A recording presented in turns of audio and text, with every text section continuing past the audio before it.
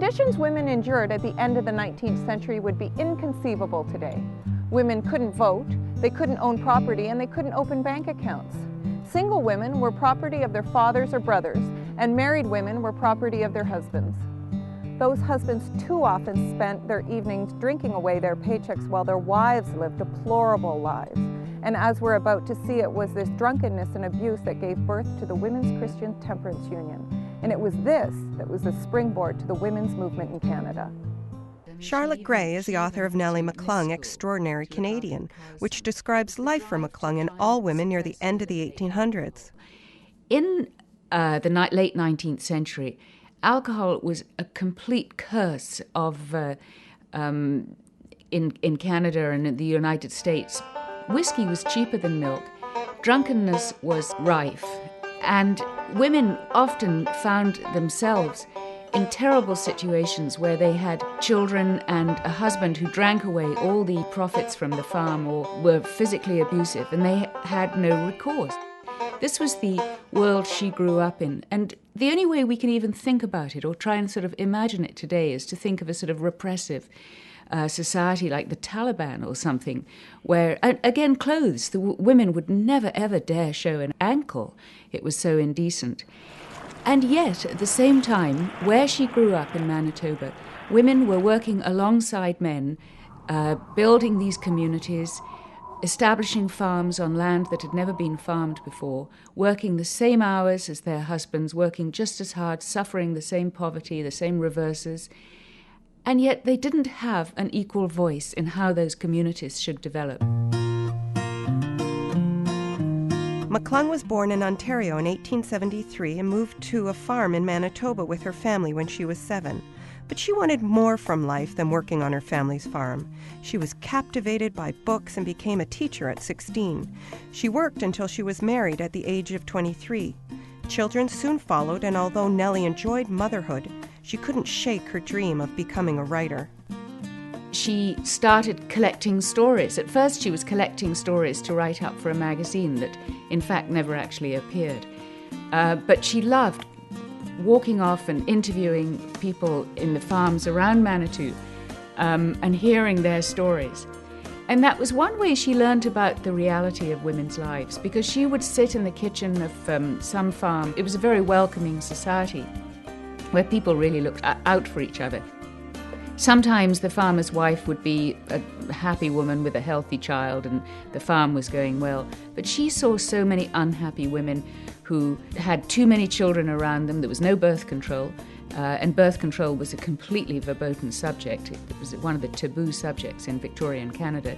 A woman with too many children, her health broken, a husband who had put all his money into farm animals rather than any improvements in the house at all. And a woman exhausted, sick, struggling to survive. And Nellie saw it all. But women then were virtually paralyzed. Few rights, no access to courts, and almost no chance to improve their lot. They turned to the church. Christian temperance unions were already attempting to ban alcohol.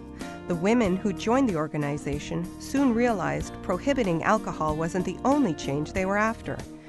If life was going to improve, they needed a voice, and for it to be heard, they needed the right to vote. Nellie was not the only early feminist in Canada. Many other women had been working for a couple of decades to get the issue of getting women the vote into the sort of public debate. But Nellie, as soon as she entered the movement, was the one everybody wanted to listen to. She was such a good public speaker. Once she got involved in the temperance movement, she started meeting other women with more radical ideas. And she also started traveling to Winnipeg, where there was a group that had moved on from the temperance battle to actually arguing that women should have the vote. Emily Murphy, who's another incredibly strong, forceful Alberta woman, and who's been very active in all kinds of public discussions, calls Nellie to help her on what we now call the Persons Case.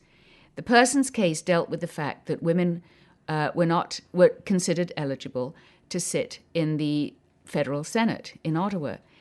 because it did not specifically say in the British North America Act of 1867 that women could sit there. It just referred to men. And they were determined that if women could now sit in the House of Commons and if women had the vote, of course they also had access to the upper house. And so these 5 women put together a case arguing that women should be considered persons, just the same as men, and they took it to the Supreme Court of Canada.